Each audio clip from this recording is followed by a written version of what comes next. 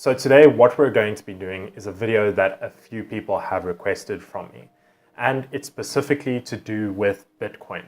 Now, for any of you who do know that I've posted a video before about Bitcoin, you can have a look at that previous video as well. But basically, this is going to be a pretty important video that a few of my students and a few other people just messaging me have actually asked me to do for them. And it's basically showing them exactly what I think Bitcoin is and a bit about how I think you should be trading it. So just for the purposes of this video, we're going to try and keep it short, so the how-to video is going to be coming out a little bit later. So if you want to, just give it a click on the right-hand side of your screen on the subscribe button. What that'll allow you to do is get updated on the next video coming out. So probably in a week or two, I'll do the how to trade it video. So if you'd like to stay updated on that, you can always subscribe and then at least you'll be updated. But once again, what I'll do is also throw up a link to the previous video in the description below, so you can watch it, so you can get a bit of more information about Bitcoin itself and what I think of it. So basically, the last week was a very, very interesting and powerful week that we had just gone through. Between the 17th and the 22nd of December, we saw Bitcoin sell off by nearly 50%. This loss took only 6 days to occur, and like I said, close to 50% of Bitcoin's valuation was lost in under a single week. And now this is basically going to be, for all intents and purposes of this video, explaining to you what I feel Bitcoin is, more specifically, because I've had so many people that have messaged me with so many questions. And the problem is, a lot of these questions are filled with tons of emotion, because there are so many people that went through the previous week that lost tons of money. There's been a few people that I've spoken to that have blown their entire trading accounts, and I'm not talking small amounts of money, I'm talking serious amounts. There was someone that I spoke to that lost in excess of about $90,000 last week alone, and majority of those gains came from buying Bitcoin back early on in the year.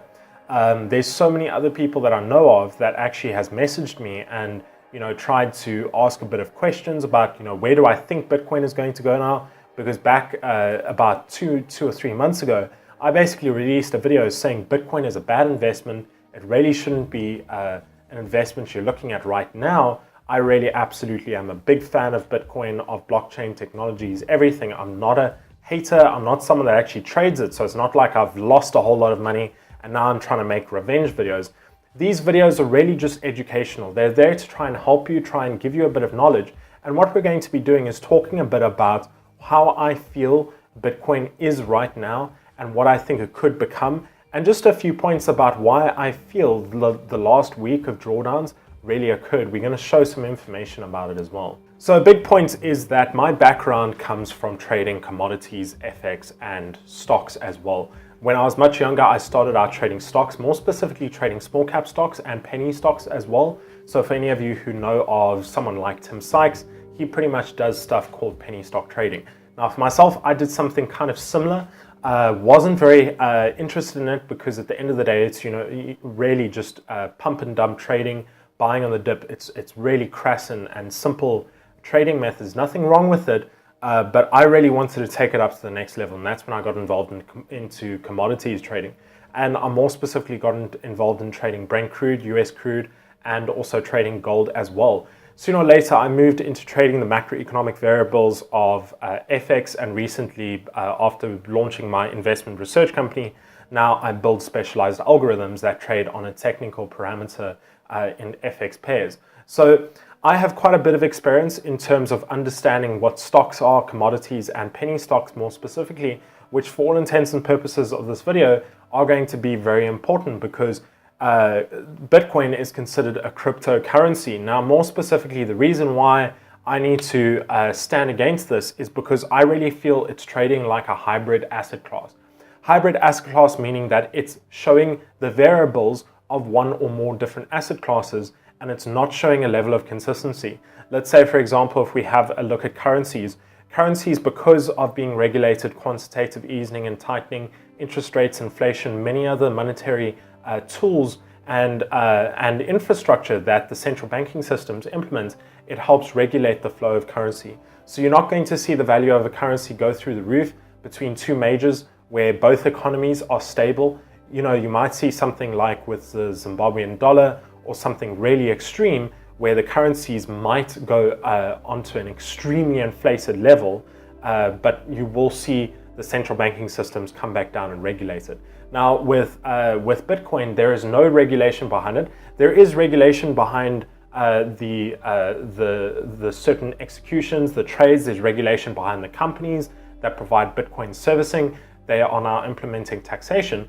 But what I'm trying to say is there's no centralization of the processes. There's no serious sort of watchdog processes that they have in place to prevent any major swings, ups or downs, and to regulate the currency. That's a big reason why Bitcoin is so appealing to certain people. But that's a big reason why you can't necessarily call it a currency, because it doesn't necessarily move like one. And now I'm talking to you as a trader.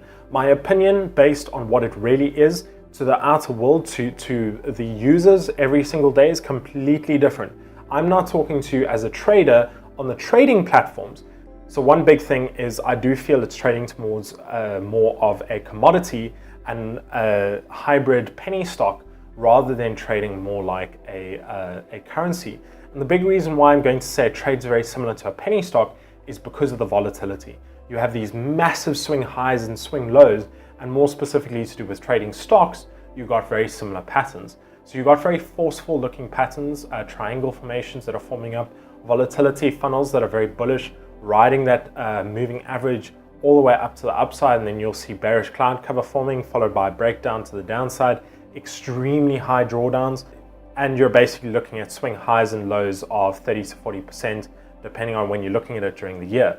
So in terms of the near 50% drawdown in the recent days, that really showed a massive chink in the armor to being able to trade Bitcoin. Now, Bitcoin, you have two sorts of approaches to Bitcoin. It's buy and hold, and it's trading in and out. So depending on what you're looking at, a lot of people are trying to buy and hold. A lot of these people come from the good old days of, back in 2014, 2013, when Bitcoin's popularity grew. They bought really, really low, and they have been holding those positions forever and ever, and those positions are maturing greatly. Unfortunately for us in 2017, we don't have that luxury. So what you're seeing is a lot of people are trying to buy and hold right up at the top where there's major volatility occurring. Volatility mainly occurring in 2017 has been on extreme levels, which I'm going to show you now. But the one about trading in and out is what we'd use trading something like penny stocks or trading stocks itself, which I'm going to show you in the second video. So please make sure, don't forget about the second video. Not going to go into it now.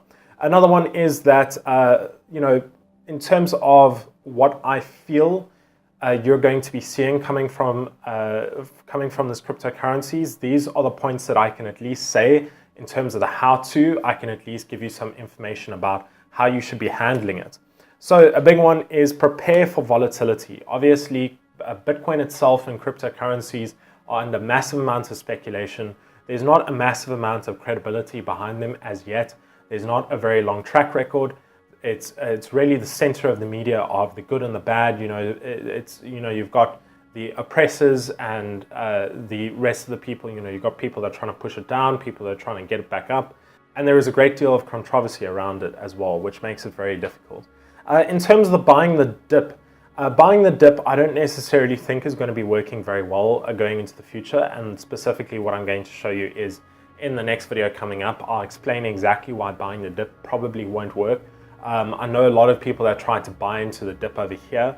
It didn't go well for them, which is also a big one. Another big one is institutional trading equals market manipulation. A lot of people are saying that institutional trading is very good. Goldman Sachs is bringing up a desk. There's a few other big banks around the world that are bringing up cryptocurrency trading desks. You really can't see this as a supportive mechanism. It's not because they like cryptocurrencies. It's not because they think it's going to do well for them. It's specifically because cryptocurrencies could be very easily manipulated in terms of trading in large portfolios. That's also what you need to see. When there's limited volume and there's high volatility, that is a perfect stomping ground for institutional traders that can bully and beat up an asset class and make a massive amount of money on it. So really, you can't see institutional trading as a good point. You can only see it as a high risk. A big one is going to be when people begin implementing algorithmic trading systems onto Bitcoin and cryptocurrencies. It's really going to mess around with the asset class's performance, and that could also be very detrimental to it. Another big one is there's probably easier ways to make money rather than using Bitcoin as a trading asset. You know, for traders out there, more specifically, I'm really communicating with the traders. There are so many different things out there. There's about 28,000 tradable assets in the open universe around stock exchanges, indices, commodities, futures, you name it. Whatever you're looking at, there are tons of tradable assets. Bitcoin is not going to be the only one. It's not going to be the one that you should be jumping into, especially as a beginner. This is literally like going to the big leagues trying to trade something like Bitcoin. It's really, really dangerous. So that's also another one, is try and find ways to look into other things other than Bitcoin. Another big one is Bitcoin has years left before it becomes stable, before it becomes something that you should be very reliant on, something that could be extremely competitive with the industry.